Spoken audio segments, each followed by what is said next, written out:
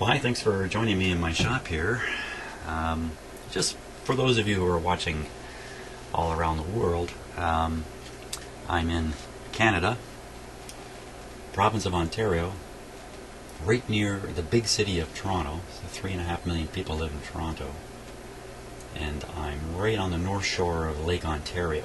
If you want to dig your map out and look for me, just look for Toronto, and then look to the right, and you'll see a city called Pickering, and that's where I'm located, just in case you're interested in that. Now look, bench is empty. That means I'm starting something new. And here it comes. And here it is.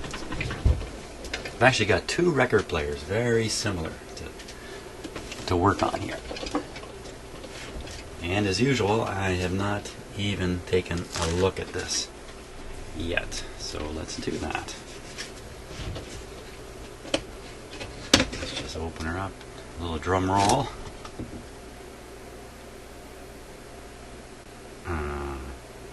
What the heck is that?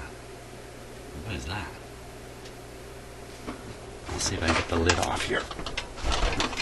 Most of these players have a way the lid will come off. Oh, not this one though. I'm stuck with the lid. Hey. What happened with the last lid? I almost bit my fingers off here. This one's not nearly as dangerous. If it does come slamming down, it's just going to hurt. It's not going to do any damage. Now, what the heck is this thing here?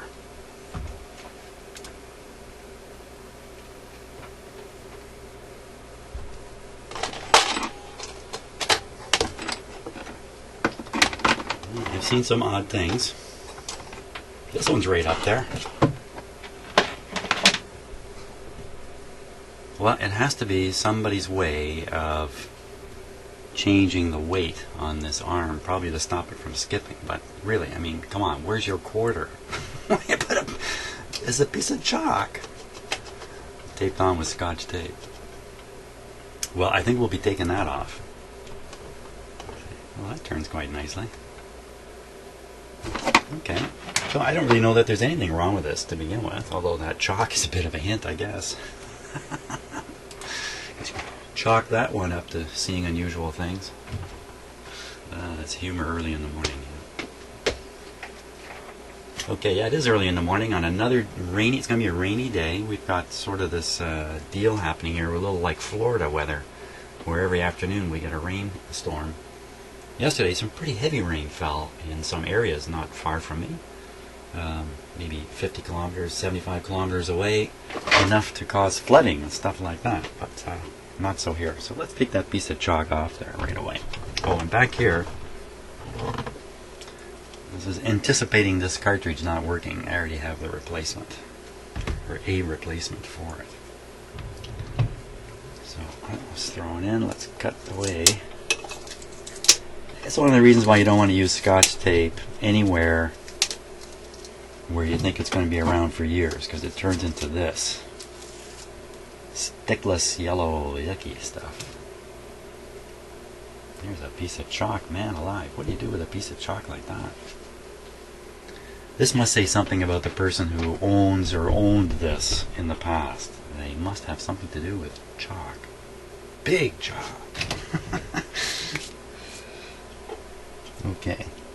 What do we got here? We got a Symphonic. Oh, I've done a Symphonic before. Symphonic. It's in pretty good shape inside here. I think we should just plug the thing in. Make sure the volume's down. Plug it in. Now, by the way, I do have my isolation transformer operating for this. This has almost certainly got some kind of hot chassis sort of thing going on with it. I doubt there's actually a chassis in here, but I don't know until I open it up. I really don't know what's in there. It might be a one-tube wonder. I don't know. But in any case, we're on the isolation transformer. So volume is down. I gotta get a record ready here, just in case it manages to play it. And here's one that'll never give me a copyright issue. Sing along with the honky tonks. Hopefully the first song we'll be hearing is That Old Gang of Mine. Okay, so let's see if I can get you looking kind of down into this thing a little bit better.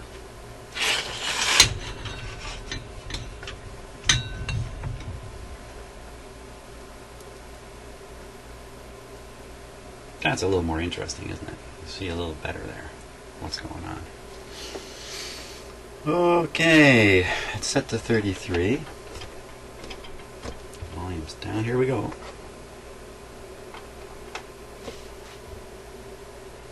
Oh, I gotta turn the power up.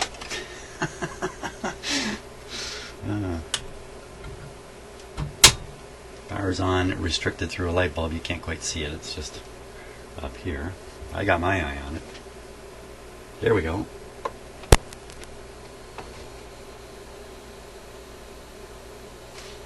I hear the motor. I see the platen turning. Ah, it's got pretty good traction. Oh, I hear the amplifier now. It's got a pretty good hum.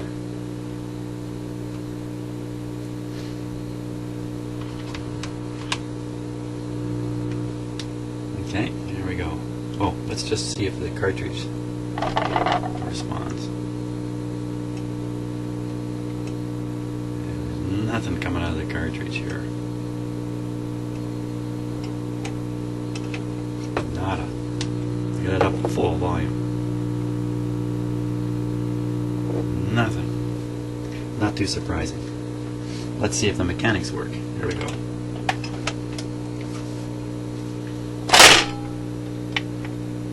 Oh, it looks excellent. It really does.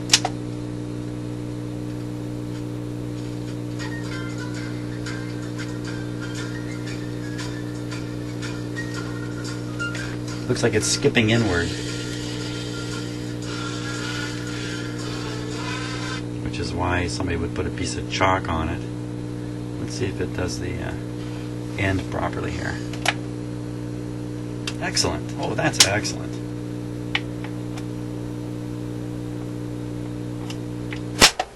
Very good. Looks like we're knocking out a hum and changing the cartridge, and we're pretty much done on this baby. Great. Man, it looks really easy at this point.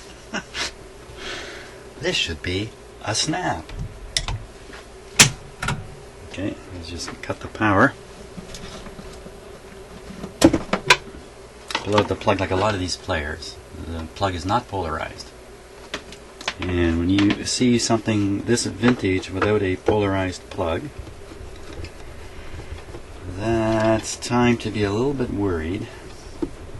If you're going to open it up like this, that there could be some surprising voltages right where your fingers can go. And as I found out on the last radio, there could be some surprising voltages hidden away, just depending on the circuitry in the amplifier. Not hidden away far enough I couldn't find it with my fingers. Okay, so let's take a peek inside here. Okay, so I've just taken away a wooden panel here so you can see in behind. There's the speaker. And look at how rough the wood is. Look at how roughly cut it is on the edge there, over here. Yeah, they weren't wasting time doing stuff that didn't matter. So there's the amplifier, that little box down in there. Now how am I supposed to get at that? I'm going to have to take the whole record player out. And most of these record players are held in with just corner screws. You see that brass screw there. 1, 2, 2, 1, 2. Okay, 1, 2. Oh, see how the corner's been done? The corner's kind of shoved under that little cutout in there. So it's just 2 screws in the front. They actually figured out how to make this with even less screws. So I think I see lots of examples of how to cut back the cost and make these things just as inexpensively as possible. That's what people were looking for when they went out to buy one of these. And they weren't looking for high quality sound, or as it used to be called, high fidelity. This was not high fidelity. High fidelity was for the crazy people. So just about every home at one point had one of these players. So there are lots of these floating around. And because they're in these boxes here, the cabinet, and you close it like this, these can be in pretty darn good condition, even many, many, many years late into their life, because they're automatically protected by this lid, and they get shoved away into closets and spaces where they're essentially left alone for years and years and years. And two things happen to these things. Well, maybe even a third one, but the main two things are the mechanics, the lubrication dries up and becomes kind of a glue and sticks everything, so the mechanics don't work, and the cartridge fails. Cartridges just don't last forever, even if they are in a box, in a cupboard, tucked away for decades. They will still fail. So, okay, see if we can pull this board out of here. Okay.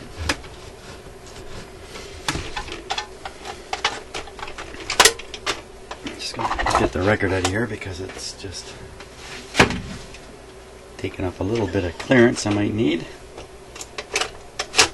Should be able to lift it up, bring it forward a touch, and out it comes.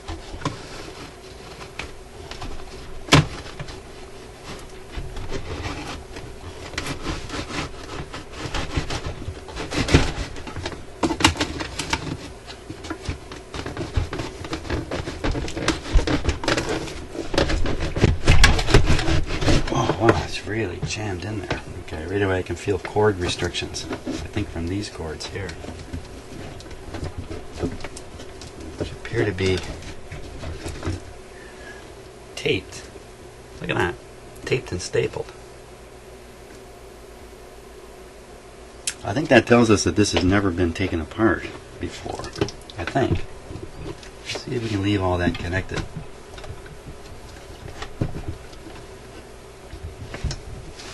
Now these guys being so inexpensive, in the design and implementation of the circuitry in that, steps are taken to control hum. For instance, the taping of these wires up here may actually be a hum control step. Can't be sure. So I'm not that smart, to be honest with you. I don't know. There we are. We got this out of the way. Well, they put a nice little sheet of asbestos right there. And I'm just going to show you a close look at it before we do any more. Okay, so now there's different kinds of asbestos. This is like asbestos cloth, if you like a woven asbestos, and this is the stuff you need to be a little bit careful with, because you can look right at the edge of it there. Yeah, it's kind of just like a torn, ripped edge there. You see the little fibers of asbestos sticking out. Yeah, let's get a really good close-up of this because it's worth it. Just bear with me a moment here while I enable the focus on the camera. I never use the autofocus on this camera, even though it has one. Let's get right in really close. Okay, so now you can clearly see the fibrous nature of this stuff. I mean, somebody just ripped this. They had a roll of this stuff. I'm sure they had a roll of this stuff. They just unrolled this amount, ripped it like so much tape, and stapled it in here. Bang, bang. We're done.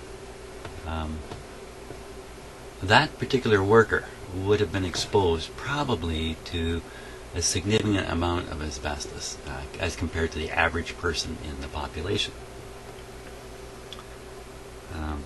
So we don't want to be doing the same thing here, ripping this stuff around and whatnot. The best thing we can do is probably cover this with a piece of tape for now. The thing is that this is fire protection, and it has a purpose. It's to stop this thing from catching fire. I'll take that back. It doesn't really stop it from catching fire, slows down the process, or makes it more unlikely to catch fire. I've never heard of one of these things catching fire, to be honest with you. But asbestos was cheap, cheap, cheap. cheap and plentiful, especially here in Canada. Our province of Quebec is a major supplier of asbestos to the world. Asbestos, a wonderful material, has saved millions of lives through prevention of fires. Asbestos is found in all kinds of stuff, or so it was. Not so much anymore, unless you're looking in old stuff. Hey, look down here. Circuit diagram provided. Oh, excellent. Thank you very much, Mr. Manufacturer, for doing that. Electronic Enterprises Limited.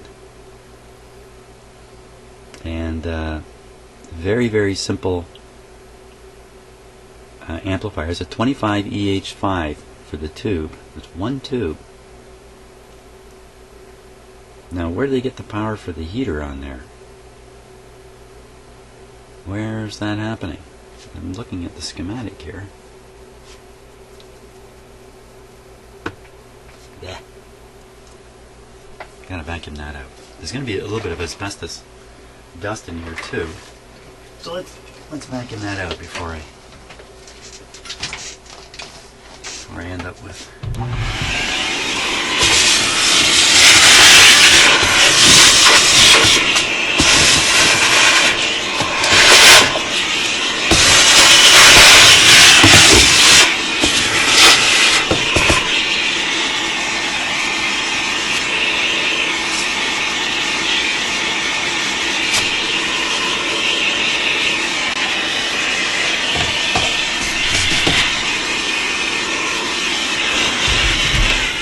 Okay. Here we go. I'm interested in how the heater is fired up. It's got to get 25 volts from somewhere.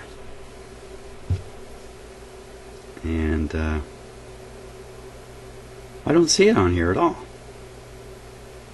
I didn't even draw the heater, the circuit symbol in there. Oh well. Don't need to stress out over that. So now this is held in here. Let me get my camera going again here. One moment, please.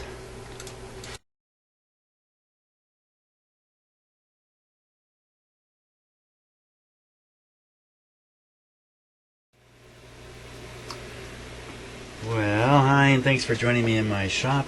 I'm a little disappointed because I just finished over an hour's worth of work, that's for sure, to get to this point. And all the videos I made have no sound on them at all. So they're no good. So unfortunately, all the stuff I did up to get this point got missed. So I'll recap that at the end of the video, tell you what I did. But what I'm working on right now, I'm going to continue with, which is replacing the cartridge in the toner. Oh, it's so disappointing that all that video stuff I did, some of it was a little bit interesting too, is gone. So, okay, so what I'm trying to do now, I'm going to catch everybody up, is I'm installing this cartridge and replacing this one. This one has no output at all. I'm putting in this new one, and my challenge here is to get the cartridge installed at the right height so the needle can reach the record. And I've had to install a shim up in here to lower the cartridge. And I'm just experimenting with screws and stuff like that, try to get the length right, and to try to get the clamp in here secure enough. And it's certainly not the case yet.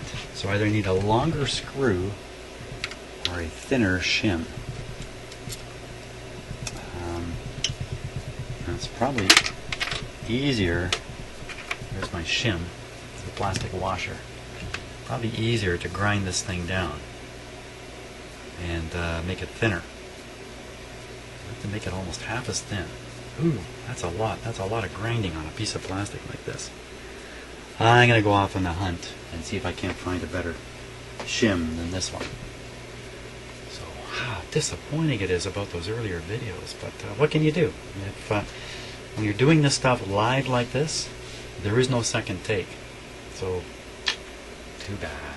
Oh well. Okay, so I've I found this little piece of plastic here, and I think if I get out my saw and chop it up enough, I'll get just about exactly what I need. It's about the right thickness, so that's what I'm going to work on here. Okay, so here's what I've ended up with after just using my clipping saw a little bit to cut it. I think that's going to work well. Let's see.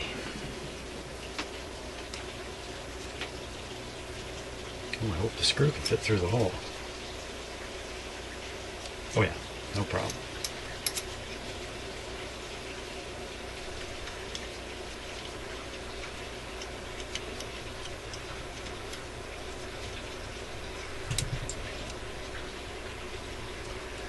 Now, there's quite a bit of screw showing through now.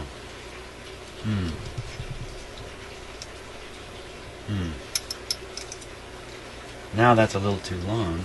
Wait a minute, I got an idea. If I put the washer back in the top, put the screw back in, put the washer back in.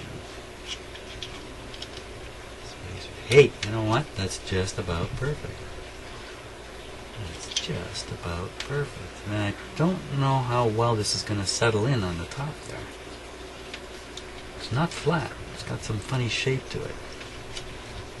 But only one way to find out. Let's screw this in. Notice I say screw it in. I'm not saying screw it up.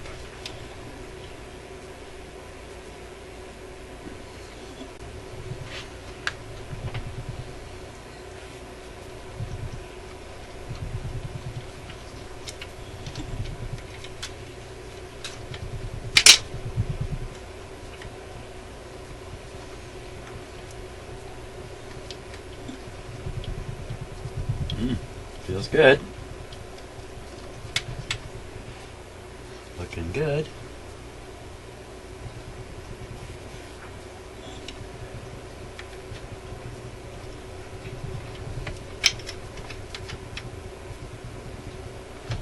The thing is, these plastic pieces are kind of, lubricating against each other. They're not very.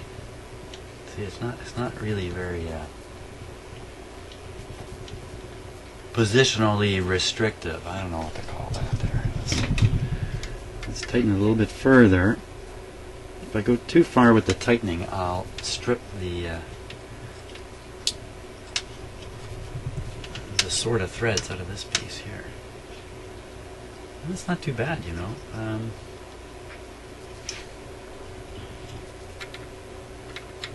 Not too bad. Oop. Okay, that's about as tight as I dare turn it. Not too bad. Let's put the cartridge in and see what we got here. Oh yeah.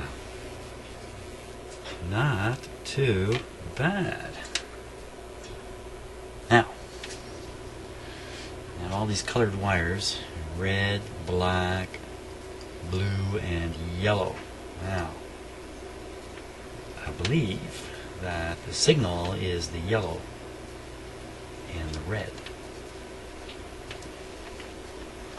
I do believe. Let's take a look underneath the chassis here and see if we can sort that out. Oh, don't lose everything.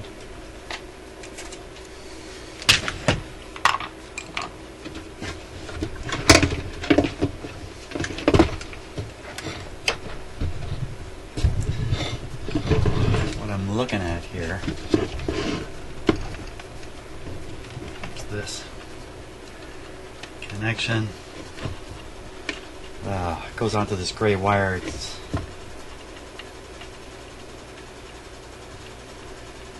One side's ribbed.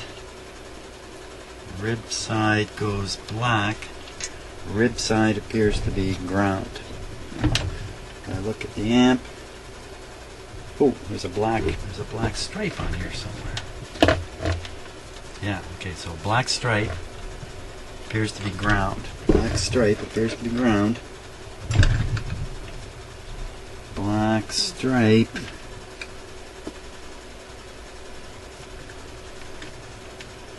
appears to be impossible to see. Yep, it's ground.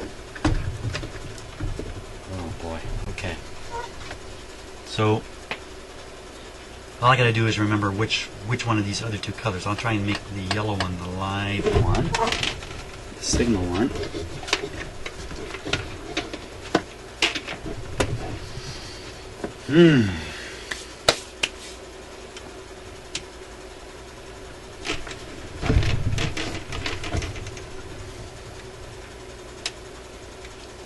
Now, I'm going to pop the cartridge out because I don't want to stress the clip and that arrangement I just finished putting in. Plus I can see much better what's going on in the back. So on the back of this, which you can't read in this camera, it's got right, left, two top ones. It's got an E for Earth. Why, there must be people in Britain building this stuff here. Earth? What's that? They must mean ground. Okay. So we want to put the two signal wires on the upper ones, the two ground wires on the lower ones, and we can be as happy as can be. Here we go. We're on our way to happiness and glory here. So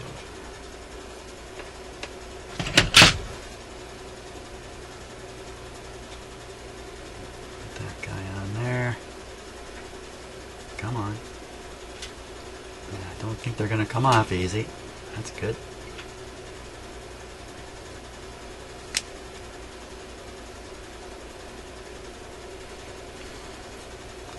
Yellow one is signal.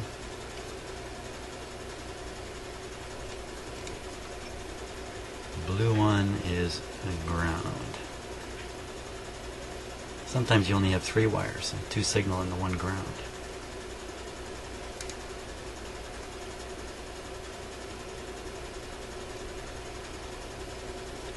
And bearing in mind this is a stereo cartridge going into a mono record player. Trying anyway. Come on. You go on there. Oh. That didn't feel good at all. If I squeeze too hard, I'm going to crush the connector. And maybe I've already done that. I bet I've already crushed it. Okay. Not cooperating. Your brother did the job. Why can't you? So we'll try and spread the connector a bit here.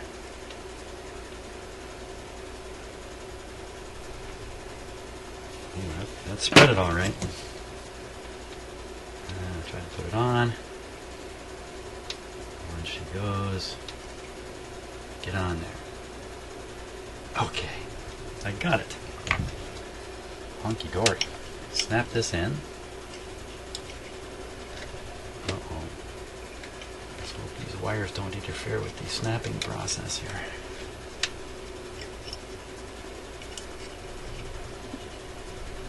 Clip it in the backside down by the wires first. Oh, they are interfering because of the angles involved. Oh, son of a gun. I gotta kind of bend these forward a little bit. How do you break your cartridge? How do you break a brand new cartridge? There's one way. Okay, so I just have to shove the back up in there with a bit of force. And then the front. No, I don't think I got the back yet. Why is it rocking? Be careful what you push on when you're doing this. Why is it rocking?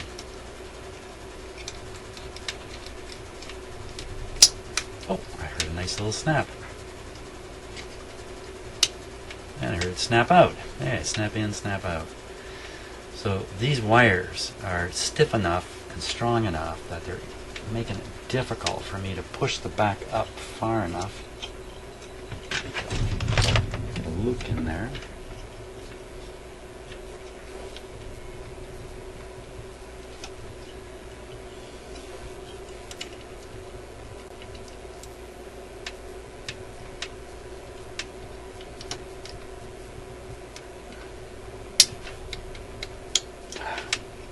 It's not clipping at the back. Darn. Darn you. No, there's enough room in there. This should work. Yeah, I'm chicken. I'm not pushing it hard enough at the back.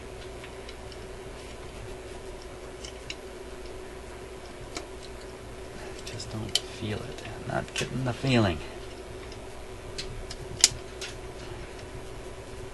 What happened?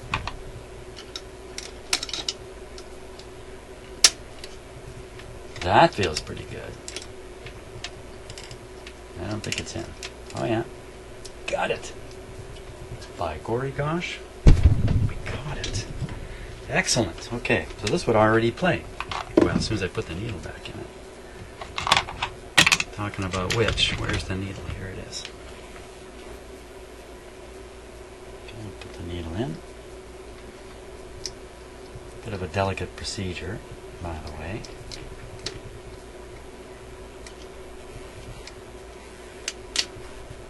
Uh-oh. Oh, phooey. Okay, I'll take the needle back out. What is the problem with this thing clipping in there?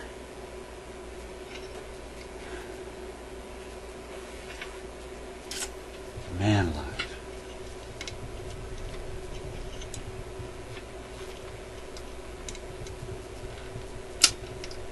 I don't think that's in.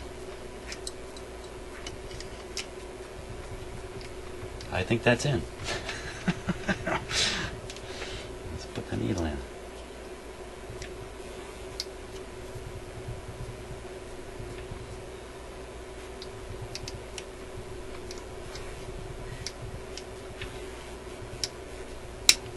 Holy smokes.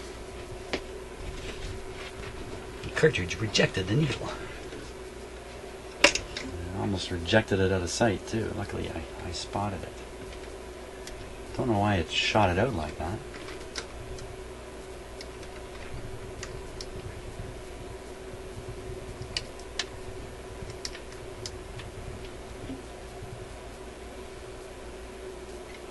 It really doesn't look like the right needle.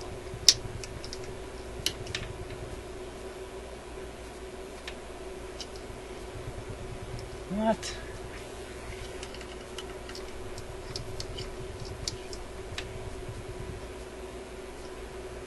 What goes on here?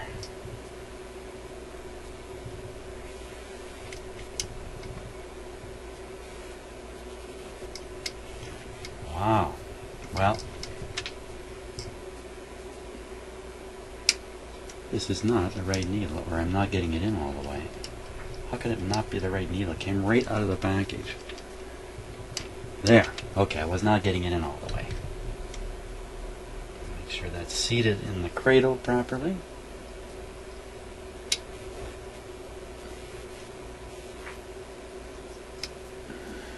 Boy, this is... this is not going all the way back. I actually shimmed it still a touch too high. How bad is that? Oh, I think it's just a little bit too much. Let's take a closer look at that. I don't think I can leave it like this. Drag City. Okay, let's take a look here. Oh, need a little focus effort here. Hang on a moment.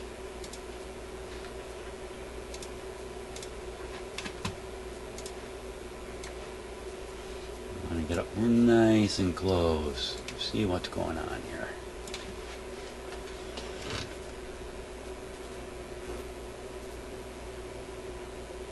Okay, so needle's in properly.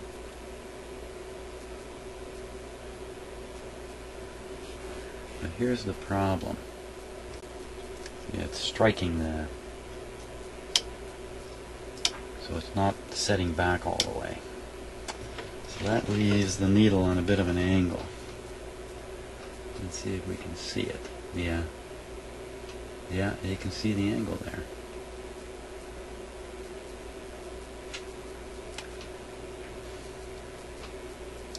It's like this. It's just very slight. Wow, well, great shim, great screw, didn't work.